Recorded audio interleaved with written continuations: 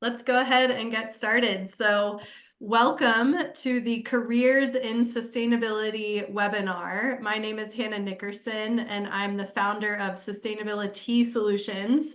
Every month, I do a webinar to help small and mid-sized businesses stand out through sustainability. And this month, with it being a back to school theme, I figured let's take a break from technical content. I know working in climate is of interest to many folks out there. So I wanted to feature some other sustainability professionals, and we're all going to share a little bit more about our backgrounds and our journey into sustainability.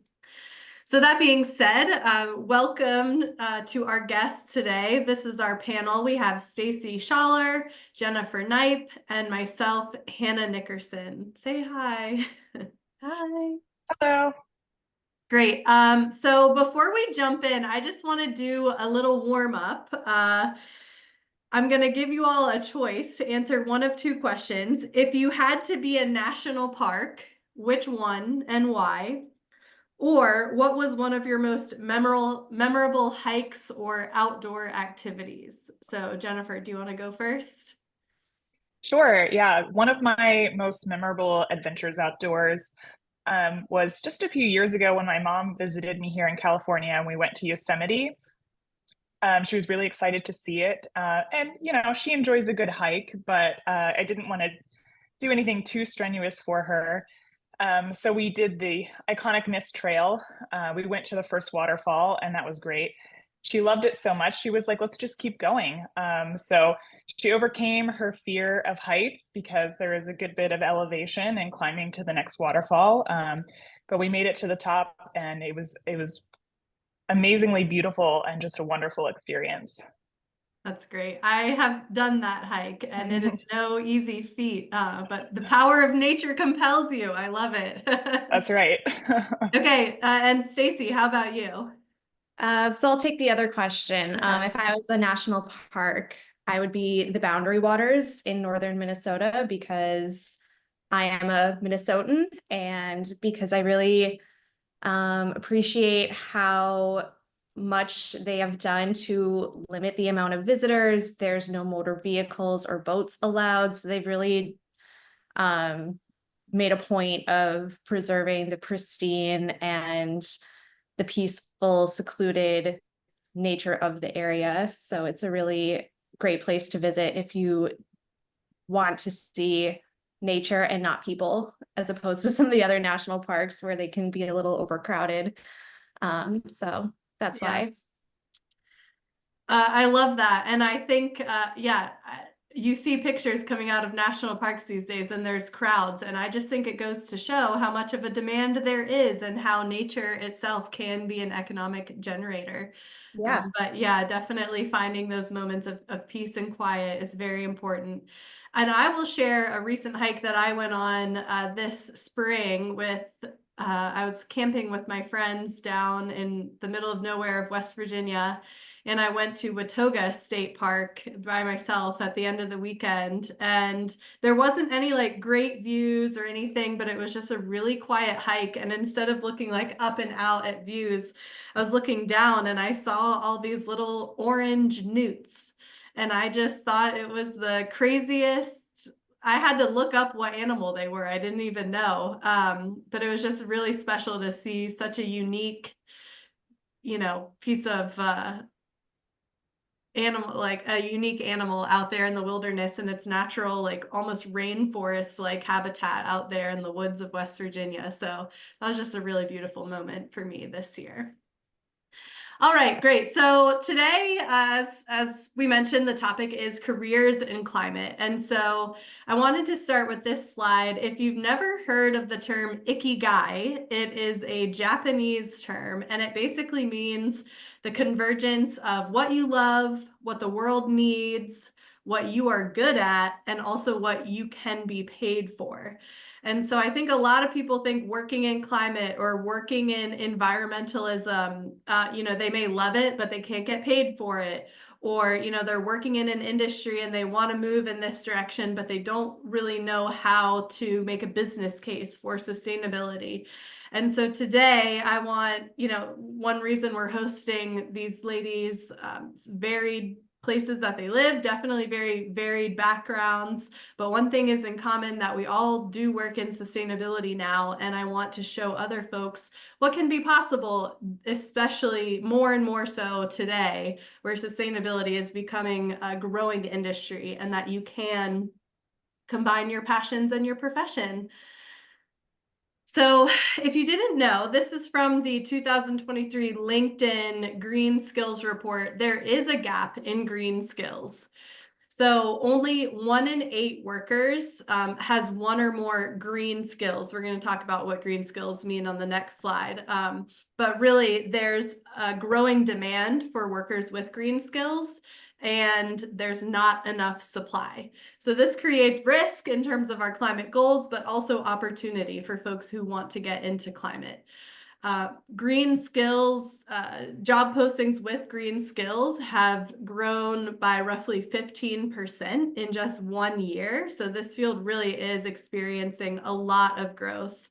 And in fact, the hiring rate for workers with at least one green skill is almost 30% higher than the rest of the average hiring industries. So really exciting news, and it's a great time to get into climate.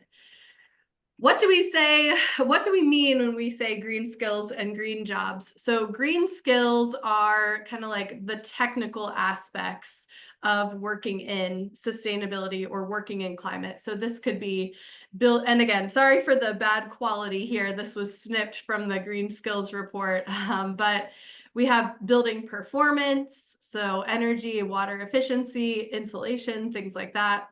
Responsible sourcing, so working in supply chain and supplier sustainability.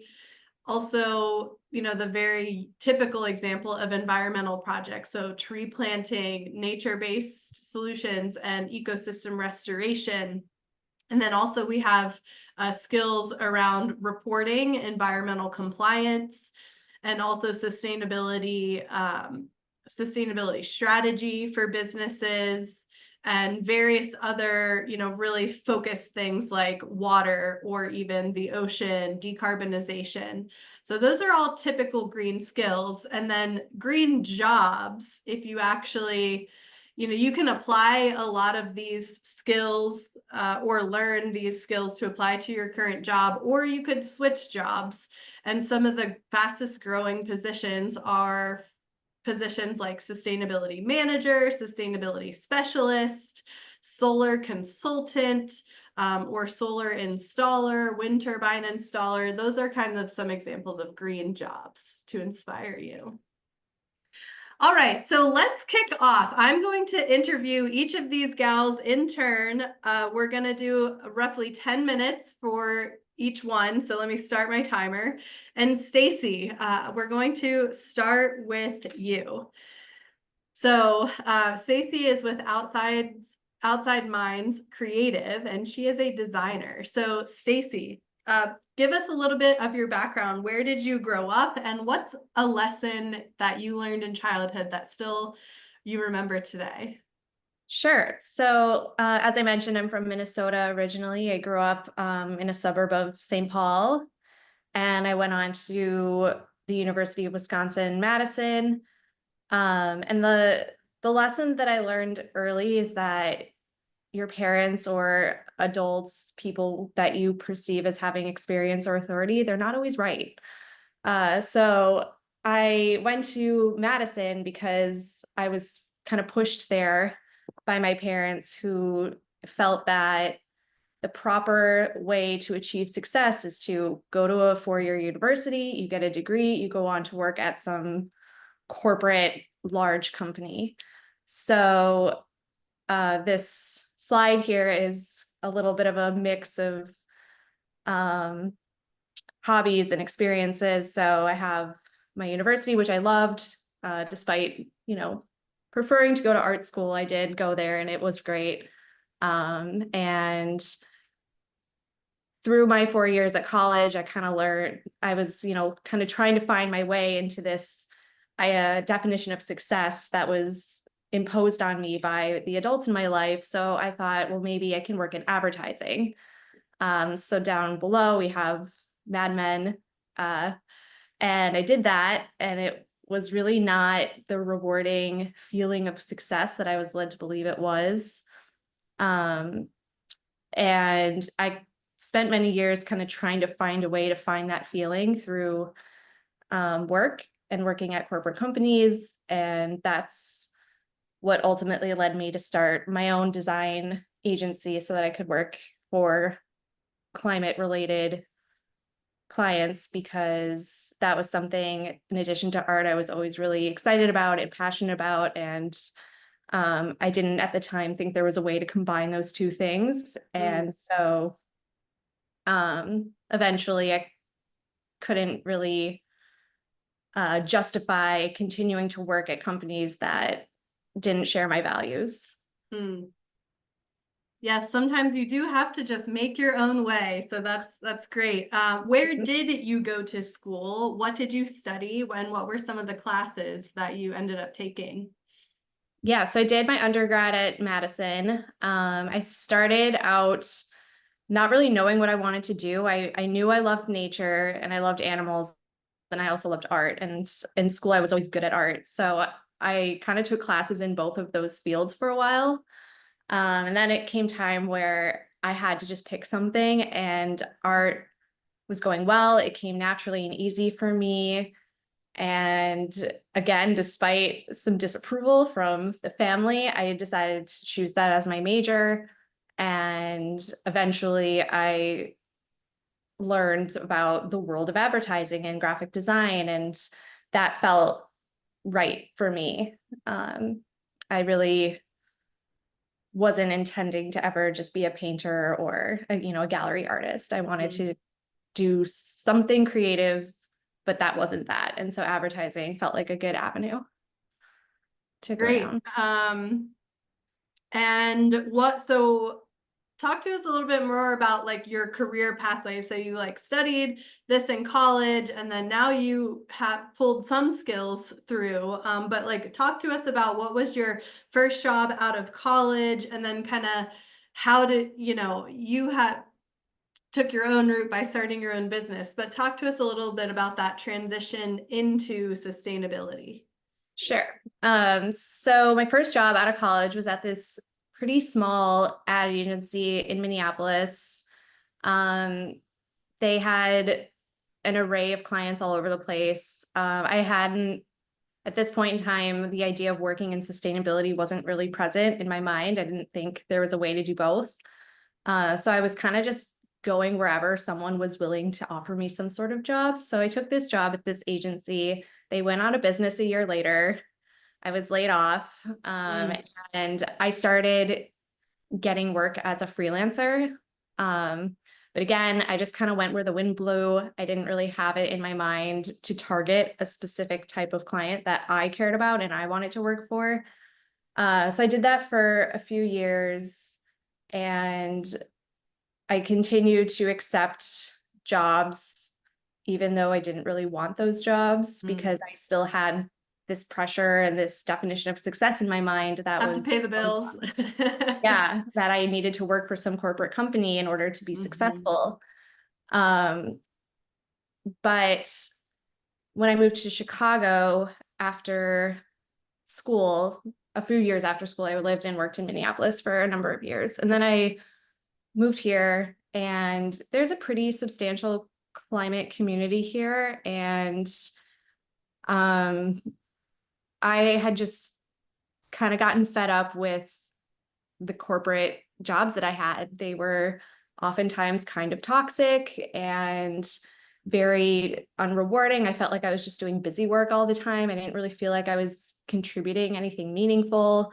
And I had some freelance clients that I maintained on the side that shared my values. The picture of the invitation on this slide is one of my longstanding clients. She is a nonprofit that takes unwanted clothing and diverts them from landfills by distributing them to people in need.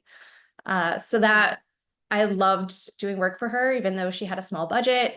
And, I only did a few projects for her throughout the year, but that I started to recognize that this is what fills my cup.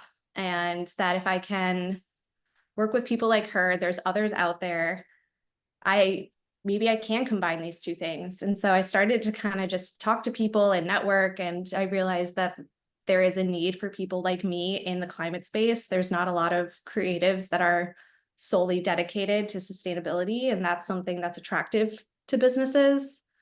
And so that kind of gave me the motivation and the encouragement that I needed to leave my corporate job behind and start my own business.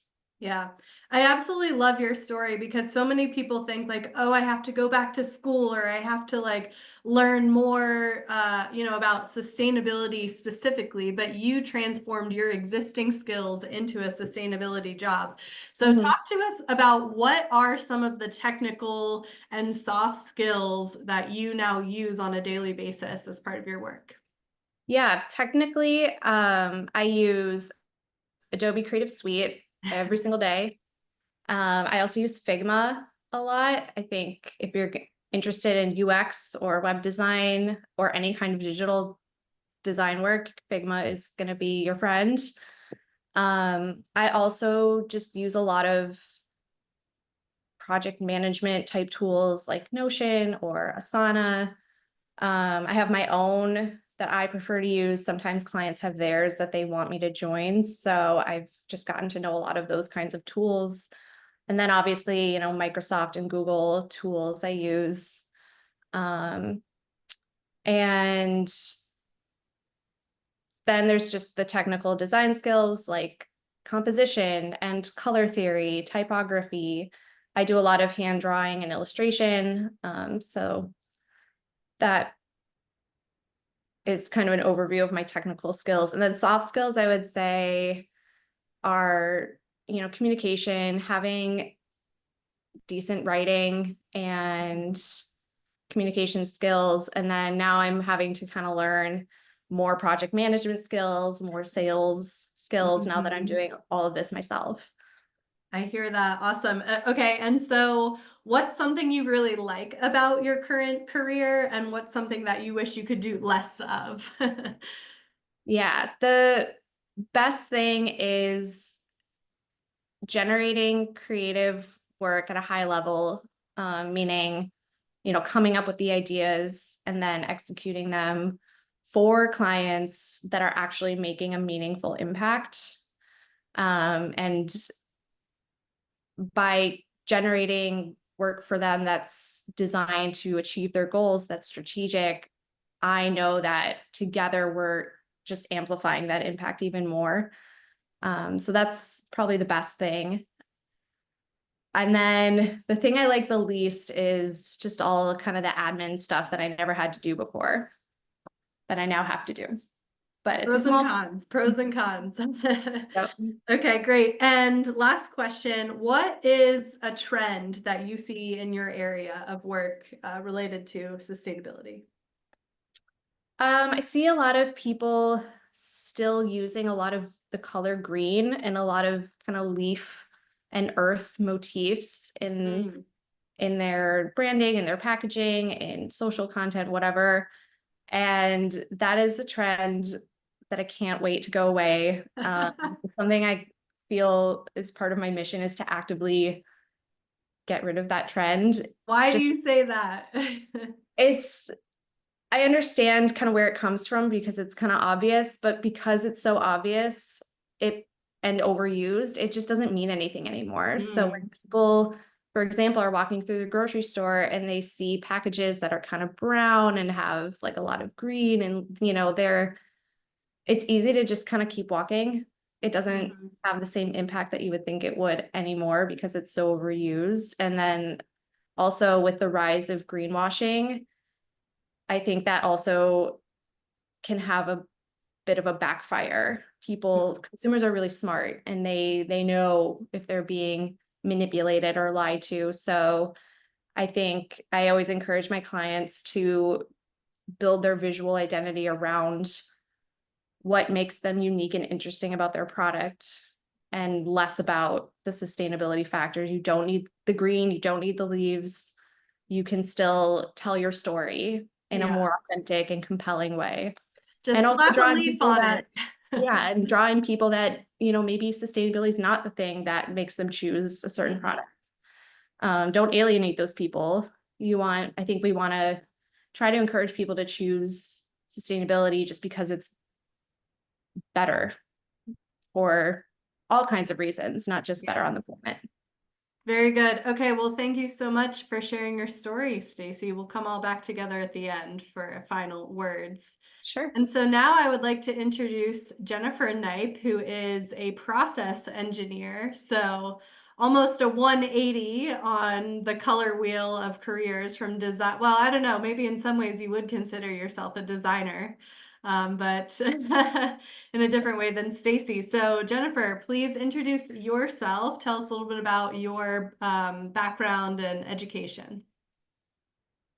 Yeah, thanks, Hannah. I grew up in Martinsburg, West Virginia, which is the area where I met Hannah.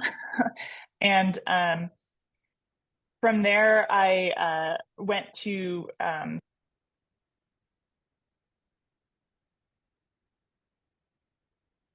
Oh, your sound just cut out, Jennifer. too many devices that these AirPods are switching to. Happens to everyone. Okay, last try. Yeah, So you from grew up in Martinsburg, West Virginia, and then you attended, and then from there. Yeah, attended West Virginia University. The lesson that my parents taught me that has stuck with me is that if you're going to do something, do it right the first time, which is not to say that you should be a perfectionist, but rather just put your best effort into the thing that you're doing and don't cut corners. And this is still really relevant to my everyday work because there are so many times I work on projects and we're limited with time or budget, and we might think, okay, let's just cut this corner a little bit and make it work for now. And almost always, this comes back to bite us, and we have to redo it later in the way that we should have done it the first time. And so I really advocate for taking a little bit extra time up front to really take stock and evaluate your options, and then do the best that you can do with the resources and the knowledge that you have at that moment. Very good. I think that's a good lesson for all of humanity when it comes to sustainability topics as well. Oh, yeah. So what did you study in school, and give us a little bit of background about your early career out of school? Yeah, so I studied chemical engineering both for my undergrad at West Virginia and then also for my PhD at UT Austin. My focus in grad school was really biomaterials, with the application being for pharmaceuticals and drug delivery applications. And so as I was wrapping up my time at UT, I was applying to all these pharmaceutical companies and even some chemical companies, like Stacy was saying, the large corporations. But the jobs weren't really resonating with me. And I wasn't finding anything that was a good fit and a good match. And then kind of on a whim, I applied to a postdoc position at Lawrence Livermore National Lab. It was using similar technical skills, but for a totally different application. The project was focused on converting methane emissions that escape from, say, old coal mines or natural gas drill sites, and converting that methane into something more useful, something more easily contained, that being the liquid fuel methanol. And so that's when I was introduced into energy sustainability and climate sustainability. I just had a wonderful time at that interview, loved the project, loved the team, accepted the position, and I spent 6 years there working on energy and climate sustainability, and that was really fun. And that's where the picture in the top right, I know that looks like kind of a crazy device that I'm working on, but that was, I was working on the material that's inside it, that actually acts as a conductive material to pull salt ions out of water. So it's a desalination device. But a lot of the things that I did at the National Lab were more focused on gas emissions and conversion of methane and carbon dioxide into more useful and more valuable things, to better serve humanity than emissions in the atmosphere. Yeah. Very cool. So maybe some of you know, but methane is an extremely potent greenhouse gas. I was actually at New York Climate Week last week, and I was talking to a friend who is supporting the methane capture industry. So the oil and gas company, there's a renewed focus on methane leaks and methane flares coming out when we mine, frack for natural gas and what have you. And so, yeah, really technical aspect of sustainability, but direct, straight to decarbonization. And I guess even technically you could call it a little bit of carbon capture. But anyway, so what do you do now? And what are some of the technical and soft skills that you use on a daily basis? Yeah, so now I work more, I wouldn't really call it traditional process engineering still, but it's more like that. It's really early stage process development. And the technical skills that I use every day, I like the job that I currently have because I do rely on some of those fundamental chemical engineering skills, mass and energy balances, and then some more climate oriented ones like life cycle assessment, techno-economic analysis. So really drawing upon my chemical engineering foundation, which is really nice, even though what I do in the lab day to day, I often describe as scientific arts and crafts. I'm just, as you see in the photo here, I'm building things and trying things just to get it to work, to build a proof of concept, and then eventually scale it up to something that's a more established process. But other skills that I use, communication, like Stacy was saying, is huge. I work at a startup company now. We're about 17 people. Communication, things change really quickly, so communication is super key. Building networks is a very important skill that I rely on both in my role, my current role, and then also just learning more about climate and other things that are happening in sustainability. Another thing that has served me well that I learned to do at the National Lab, and I still do to some extent at a startup, is grant writing on the technical side.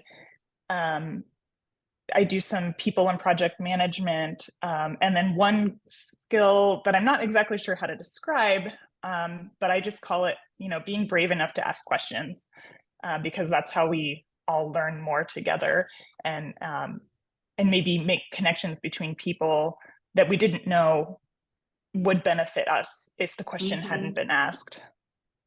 I love that one because I remember when I was also a junior member in corporate America, like sitting around the room and like, well, wait, what about if we did it this way? Or like, and then I would, talk myself out of asking a question, and then some middle-aged white guy would ask the same exact question, and then everybody would be like, oh, great, and so I love that. I learned to like just speak my mind. Yep. And yeah, I love that piece too. All right, and so to wrap up, what is one or two trends you see in your industry?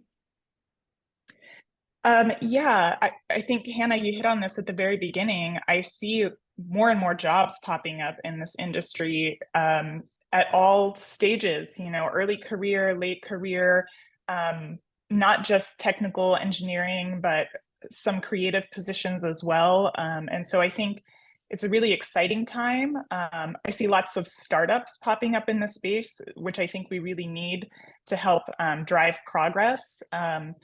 What I would like to see is continued government support, because early stage startups are pretty risky, and a lot of them are in that stage and they won't make it without government support and policy to help them get to the next stage. And then another thing that I see, and where I work now at Ruby Labs, we're converting waste carbon products into cellulose for textiles. And so we talk to a lot of brands, and there's a lot of consumer interest in having sustainable products, and not only having the sustainable products, but having proof accountability that they are sustainable. So consumers want to see the data, they want to know where this came from. And I really like that trend, and I hope that that grows. That's great. Combining both of your stories a little bit here before I quickly give my background, I think a lot of people have, and myself included, starting out in like very corporate America, at least right out of school, or, there are just a lot of positions in those types of companies. And then really realizing the need to pivot. As some people stay in corporate America and they like it. And then, but what I'm seeing is a lot of people are either starting their own business or going to, they want to work for smaller startups where they can have more impact. And I just think it's a really great lesson for like building the world you want to live in. And I think it's very easy to go with the flow and stay in corporate America. And, there's a lot of stability there, but I commend you both for taking the leap and, working with smaller teams or starting your own business. So great. Thank you so much. So really, two very diverse backgrounds. And I would say mine is a combination of both of your backgrounds. So like Jennifer, I studied engineering at West Virginia University even, and also similar to Stacey, I now am a freelance sustainability consultant. So I grew up in West Virginia, and my lesson is I saw the dichotomy of, West Virginia has a lot of agriculture. We have a lot of like homestead type industries where you're self-sufficient, maybe not completely, but communities are generally, a lot of people have their own little trades and growing food and taking care of nature. We also have the most recent national park just established in West Virginia. But then I also saw coal mining and what that does to the earth, like extractive industry. And I just saw what happens when you take care of the earth and when you don't take care of the earth. And so that was a lesson that has stuck with me, that it is indeed possible to generate economic development and find more fulfillment through in your own life by working with nature rather than extracting from it. Although, you're not ever going to get away from that 100%, but I think there's a good balance, a much better balance that we could strike there. So I studied industrial engineering. So, I wanted to be a photographer when I was that age. I like wanted to work for National Geographic and travel to the rainforest and take pictures of these exotic animals. And then my parents were like, we like that, but maybe, you've always been so good at math. Why don't you do something with math? And so I ended up choosing engineering, and I chose industrial engineering because it wasn't quite as technical as something like chemical engineering, where you're really getting into a lot of science. But it was still engineering, but it seemed applicable to a lot of different industries. So industrial engineering taught me about process efficiency, and not just manufacturing processes, the item moving down the line, but also the business process. So how are you tracking for defects? How do you design the process so that you can, do it in half the time or save half the materials?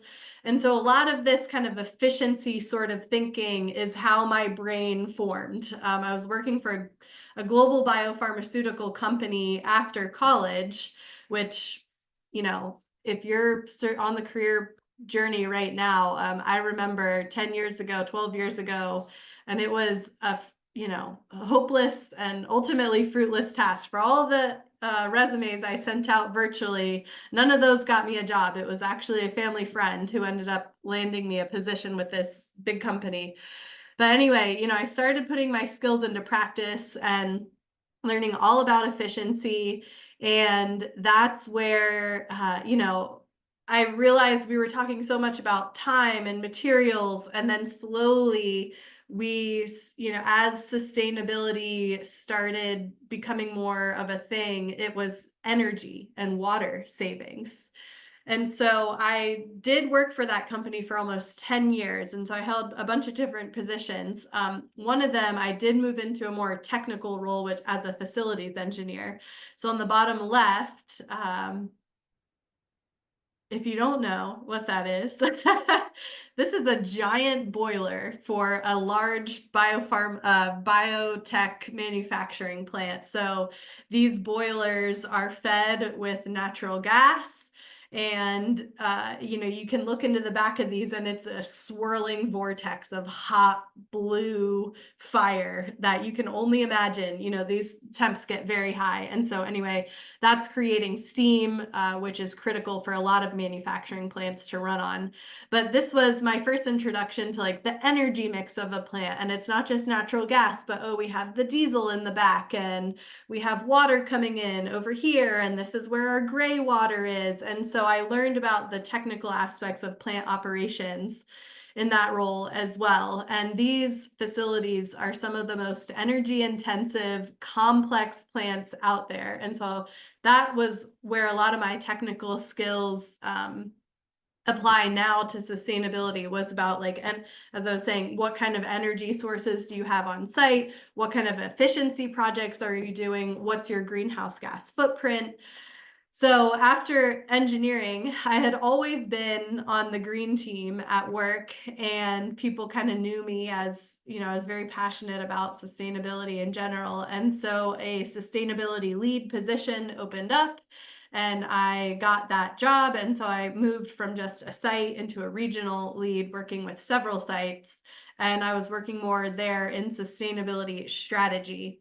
And I saw how, we were a huge company, 80,000 people globally. We have a lot of buying power. And so we started putting more requirements on our suppliers. And this was really just in the past 2 or 3 years that this was happening. We were rolling out new sustainability requirements to our suppliers. And the light bulb really went off in my head, because for many reasons, but also I was just burnt out on the corporate America culture. I was like, it's time to take a step back from corporate America, but I see this trend where, these big companies are trickling down sustainability requirements to their suppliers. And so I thought maybe I can carve out a space for myself in that area and take my skills and help other companies, do the roadmap that I helped AstraZeneca with. And so I started my own company in February of this year, but between quitting and starting up my own company, I just had some decompression time. And so you'll see here, I started volunteering on the board of East Frederick Rising, which kind of started my urban sustainable design. It's, East Frederick is where I live in Frederick, and there's a lot of development happening in Frederick. And I really want to make sure that we're designing our new community around people and animals and plants, species centric, as they call it, rather than cars, and just taking those sustainable urban design principles. So I've been learning a lot about that. And then I also turned my front yard into a pollinator habitat. So that's the very top picture. And yeah, I was just at New York Climate Week. And so I really like being able to work for myself as a freelancer, very similar to Stacy. I would say some of my more technical sustainability skills are less. I obviously employ those with clients, but on the entrepreneurial side, business development and how do you find clients and how do you track invoices and how do you keep up with your website and publishing blogs, that was all way more new to me. So those are some of the newer skills that I've had to master in my sustainability career. So that's a little bit about me. I'm going to have us all come together now and share one last piece of inspiration before we take questions or, discussion from people in the audience. But in conclusion, I loved this quote, and this is again from the 2024 LinkedIn Green Skills Report. Every climate goal around the world, every commitment made is at risk if we don't have a workforce that can deliver the change we urgently need. The economic opportunity is there, and a promising skills-based pathway exists. This year is an inflection point for our planet and for workers as countries and companies write new climate commitments. They must include explicit investments in the green workforce. And this is from Sue Duke, Vice President of Public Policy and Economic Graph of LinkedIn.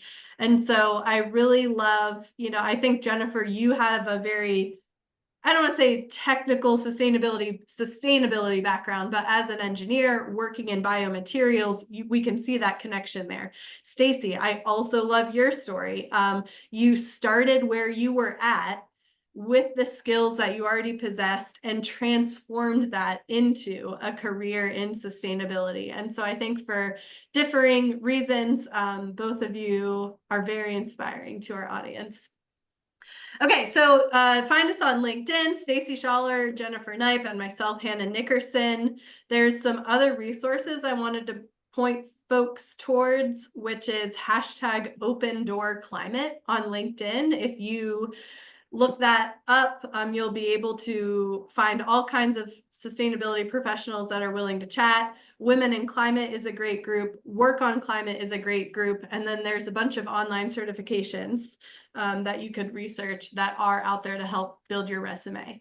So thank you. Are there any, since we're running short on time, I'll just go straight to questions.